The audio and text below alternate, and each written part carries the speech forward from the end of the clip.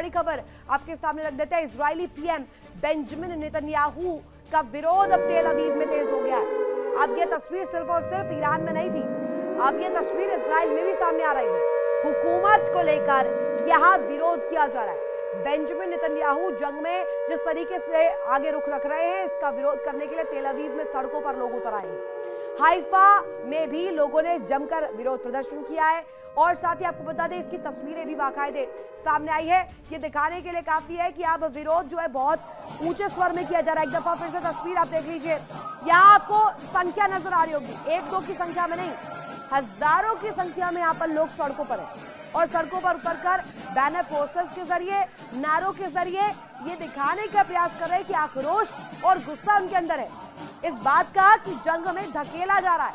Israel जानबूझकर इस जंग में पिस रहा है और वहां के लोग इसका दंश झेल रहे हैं क्योंकि ईरान कहीं से भी छोड़ने के लिए तैयार नहीं है। ईरान भी काउंटर अटैक कर रहा है और इसका दंश सबसे ज्यादा आम आदमी झेल रहा है और ये तस्वीर इस वक्त सबसे अहम हो जाती है। अब ये 2 बड़ी खबरें, 2 बड़ी ब्रेकिंग्स आपके सामने हम रख रहे हैं। पहली तस्वीर आप देखेंगे ईरान के अस्पताल में, एक शहर में जो ये अस्पताल है, तस्वीर आप देखकर इसका आंकलन कर पाएंगे कि किस तरीके का वहां पर दृश्य रहा होगा। वहां पर मौजूद लोगों ने क्या देखा होगा, किस तरीके का डर वहां पर बना होगा। भारी संख्या में लोग अस्पतालों में अमूमन मौजूद रहते हैं और ये बेड्स, यहाँ पर लोगों का जो ये अफरा तफरी वाला माहौल है, ये देखकर आप आंकलन कर सकते हैं कि कितना विध्वंसक ये हमला रहा होगा। दूसरी तरफ तेल अवीव की तस्वीर देखिए, तेल अवीव में विरोध प्रदर्शन हो रहा है। बेंजामिन नेतन्याहू के खिलाफ लोग अब सामने आ रहे हैं। आक्रोश इस तरीके से कि हाइफा शहर को भी नहीं छोड़ा गया है। हाइफा शहर में भी सड़कों पर लोग उतरकर यहाँ लगातार आक्रोश जाहिर कर रहे हैं, गुस्सा दिखा रहे हैं बेंजामिन नेतन्याहू की पॉलिसीज का, उनकी नीति का। इजराइल और लेबनान के बीच सीजफायर समझौता तो हुआ, लेकिन वो अभी तक जमीन पर उतर नहीं पाया। लेबनान में अभी भी इजरायली बारूद बरस रहा है। इस बीच इजराइल को लेकर एक चौंकाने वाली खबर सामने आई है। क्या है खबर, आपको दिखाते हैं।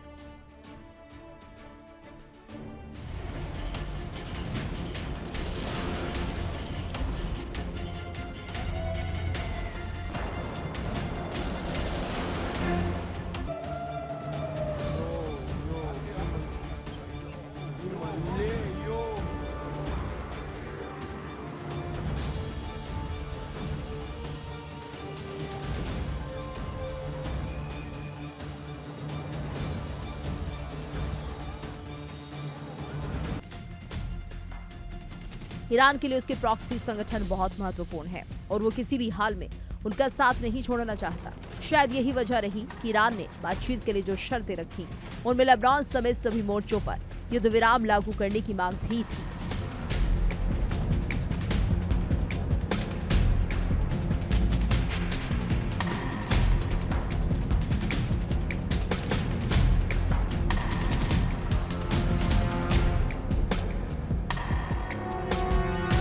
हालात ऐसे हो गए कि लेबनान और इजराइल के बीच सीज फायर के लिए अमेरिका को भी एक्टिव होना पड़ा। आखिरकार लेबनान और इजराइल के बीच सीज फायर हुआ और ईरान ने होर्मुज खोलने का ऐलान कर दिया। हालांकि बाद में उसने अमेरिका पर वादा खिलाफी का आरोप लगाते हुए होर्मुज को एक बार फिर बंद कर दिया।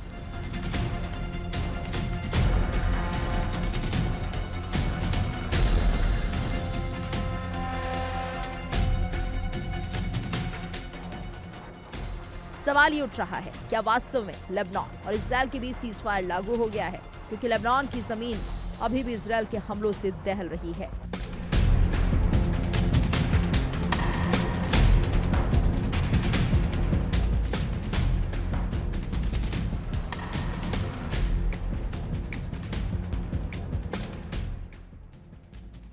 ईरान का दावा है कि इजरायली सेना ने लेबनान में गाजा की तरह नए येलो लाइन बनाई है और उस पर हमले किए जा रहे हैं। उधर इन हमलों को हिजबुल्लाह ने लेबनान का अपमान बताया।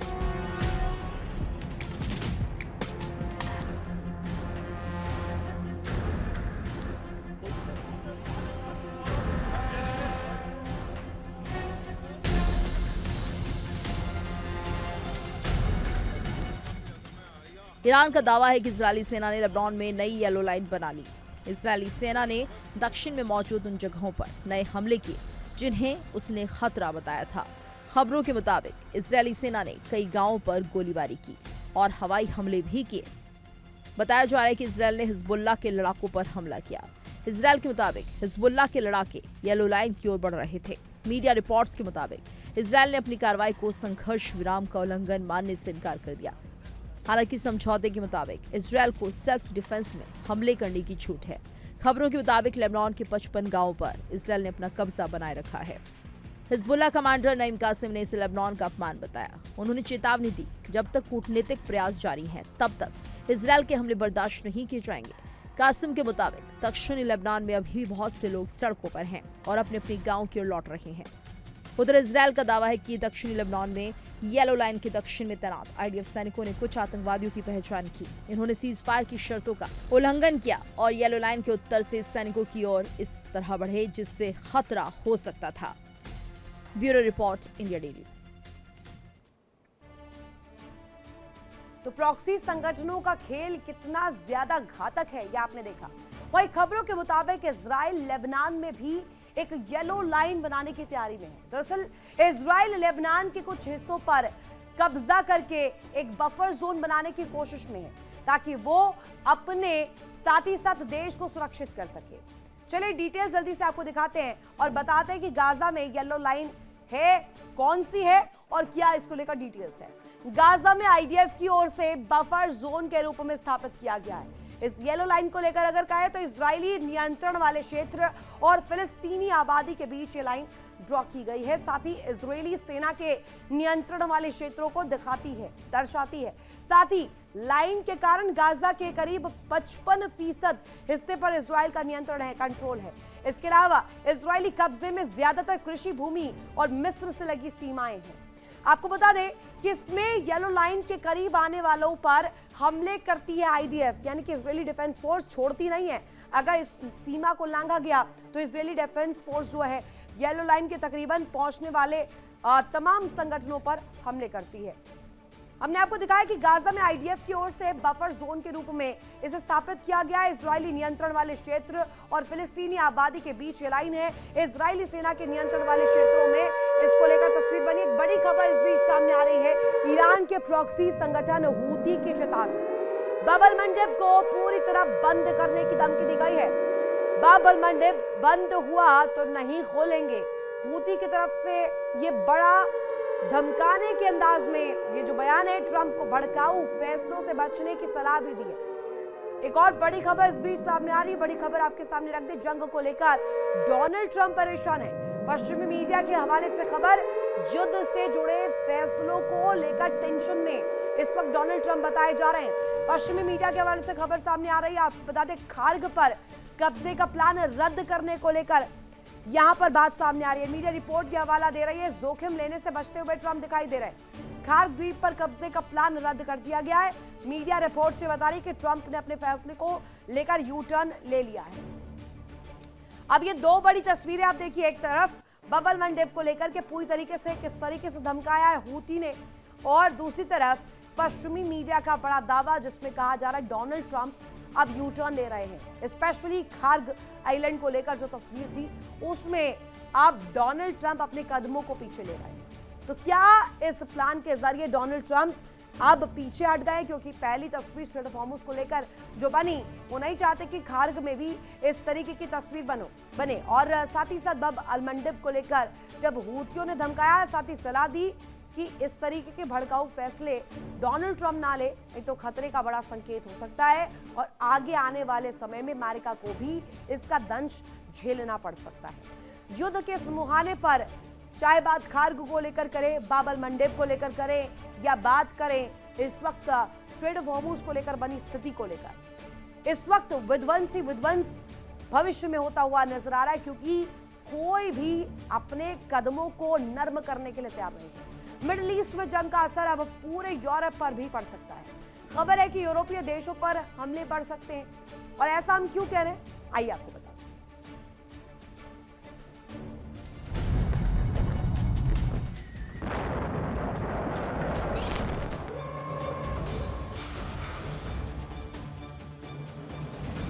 ईरान के साथ जंग में यूरोप ने भले ही अमेरिका का साथ नहीं दिया, बल्कि ईरान के साथ बातचीत की कोशिश की, विवाद को शांति से सुलझाने की कोशिशें करते रहे, लेकिन अब खतरा यूरोप पर भी बढ़ रहा है।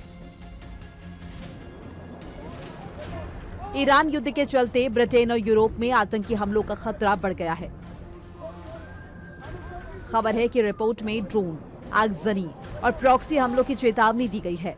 बताया जा रहा है कि लंदन में संदिग्ध सामान मिलने के बाद सुरक्षा एजेंसियां हाई अलर्ट पर हैं। ईरान युद्ध के कारण पूरे यूरोप में आतंकवादी हमलों का खतरा बढ़ गया है। एक रिपोर्ट में कहा गया है कि युद्ध अब शैडो वॉर का रूप ले सकता है, यानी सीधे युद्ध की जगह छोटे छोटे हमले हो सकते हैं, जैसे आगजनी, ड्रोन हमले या लोगों और समूहों से हिंसा। रिपोर्ट में कहा गया है कि IRGC यूरोप और ब्रिटेन में अपने समर्थक समूहों के जरिए हमले करवा सकता है। इसके लिए आपराधिक गिरोह का इस्तेमाल किया जा सकता है ताकि हमलों का पता लगाना मुश्किल हो।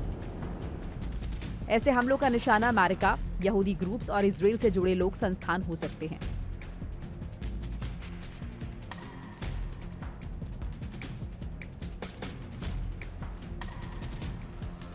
माना जा रहा है कि लोन वुल्फ अटैक की तर्ज पर हमले हो सकते हैं, यानी एक अकेला शख्स अचानक एक ग्रुप पर अटैक कर देता है ताकि ज्यादा से ज्यादा लोगों को नुकसान पहुंचाया जा सके। इसके अलावा आपराधिक गुटों के हमले गैंग वॉर की शक्ल में हो सकते हैं ताकि उंगली सीधे तौर पर ईरान या IRGC की ओर न उठे।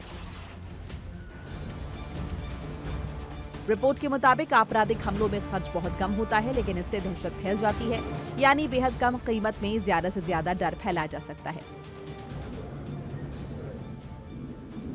ब्रिटेन में कुछ दिन पहले ही यहूदी विरोधी घटनाएं हुई हैं। कुछ दिन पहले ही उत्तरी लंदन में यहूदी समुदाय की एम्बुलेंस सेवा की 4 गाड़ियों में आग लगा दी गई, जिसे पुलिस ने यहूदी विरोधी हमला बताया। देखिए इंडिया डेली 24/7 अब आपकी स्मार्ट टीवी पर। इंडिया डेली मौजूद है सभी डिजिटल प्लेटफॉर्म पर लाइव और लगातार। इंडिया डेली 24/7 हर दिन राष्ट्र को समर्पित।